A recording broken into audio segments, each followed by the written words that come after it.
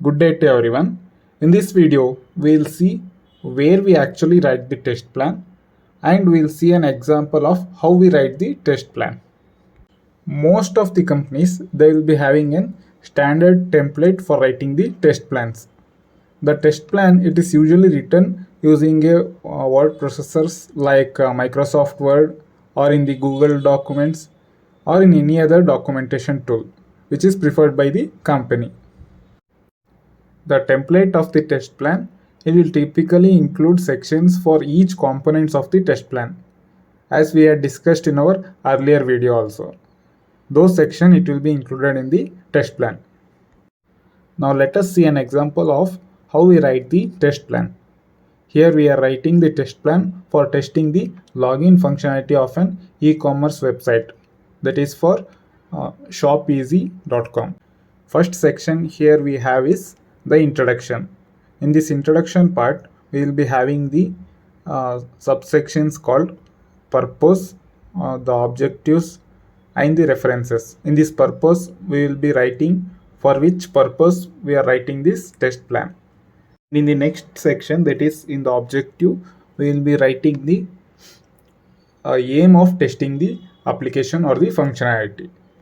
And in the reference section, we will be referring the documents from which we are writing this test plan. Here you may see that in the purpose section, the purpose has been mentioned here. That is, the purpose of this test plan is to outline the testing approach for login functionality of the e-commerce website, that is for ShopEasy. And in the objectives column, the aim has been mentioned here. That is, the objective is to ensure that the users can successfully log in with the valid credentials, and then we will verify that the users he will not be able to log in with the invalid credentials. Then in the reference section, we have referred the base documents, that is the requirement specification document and the ShopEasy design document. Next section which we have is scope. In this scope section, we will be covering what are all the features that needs to be tested and what are all the features that need not be tested. All these things it would be mentioned here. Now we can see the scope of this function here.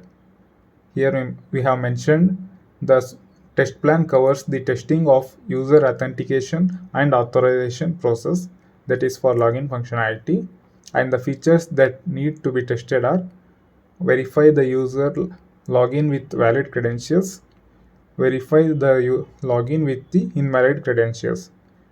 Only these two has to be tested here.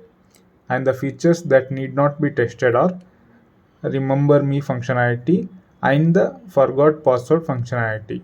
These features it need not be tested by the test engineers here. And the next section which we have here is testing methodology. Here we have mentioned which type of testing we will be conducting for this functionality. Here we have mentioned as manual testing. We will be doing the manual testing and we will be doing the functional testing and security testing for these functions. And the next section we have here is approach. In this approach section, we will be writing the scenarios, high level test scenarios here.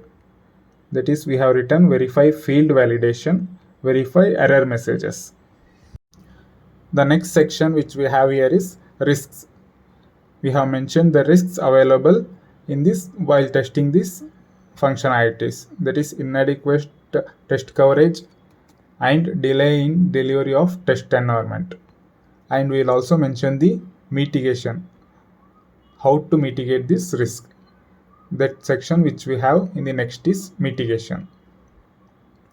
That is regularly review the test coverage and update the test cases as required, and coordinate with the infrastructure team and make sure that timely setup of the test environment is done. This is the mitigation for the risks which we have written in the previous section.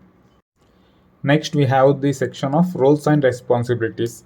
Here you may observe the exact roles and what are all the responsibilities of them has been mentioned here.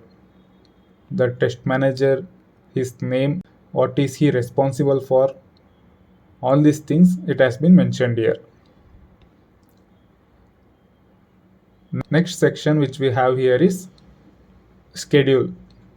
In this schedule we will be mentioning when we will start the testing and when we will stop the testing. Here you may observe that we have mentioned the date of commencement of testing and also the expected date of completion. Next section is defect tracking. Here we have mentioned in which tool the testing team they should report the defect and also who is responsible for tracking those defects and assigning them to the development team. Next section which we have here is environmental needs. That is the test environment which we require for the testing. Here we have mentioned the web browsers, that is we need to test it in Chrome, Firefox and Safari. Like this we can mention other browsers name also. And the test accounts, that is valid and invalid, and the test data for login, that is the username and password. These data it should be needed for the test environment. Next section which we have here is procedure to access the system. In this section, if it is an application, then there will be a procedure to install the application or the software. Since it is an website, here we have mentioned the procedure to access the system. Here first we need to launch the web browser, that might be in Chrome, Firefox or Safari. Then enter the URL of shop easy.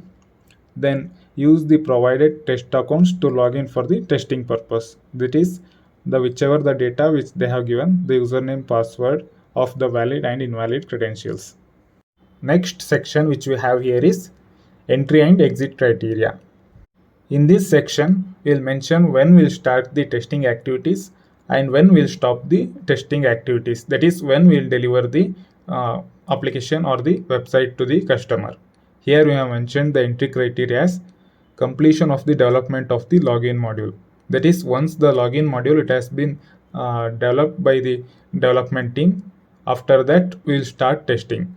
Then availability of the test environment. Once we have the test environment set up, then we'll start the testing activities.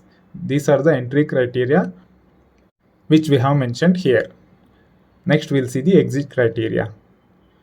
Once all the test cases are executed and passed, and next is the defect resolved and retested.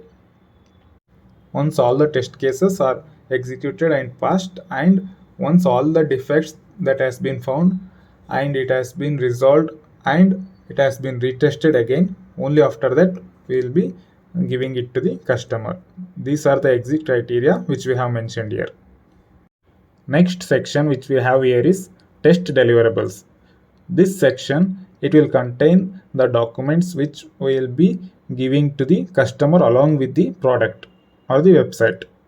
Here we have mentioned the test deliverables as the test plan, test cases, test execution reports and the defect reports.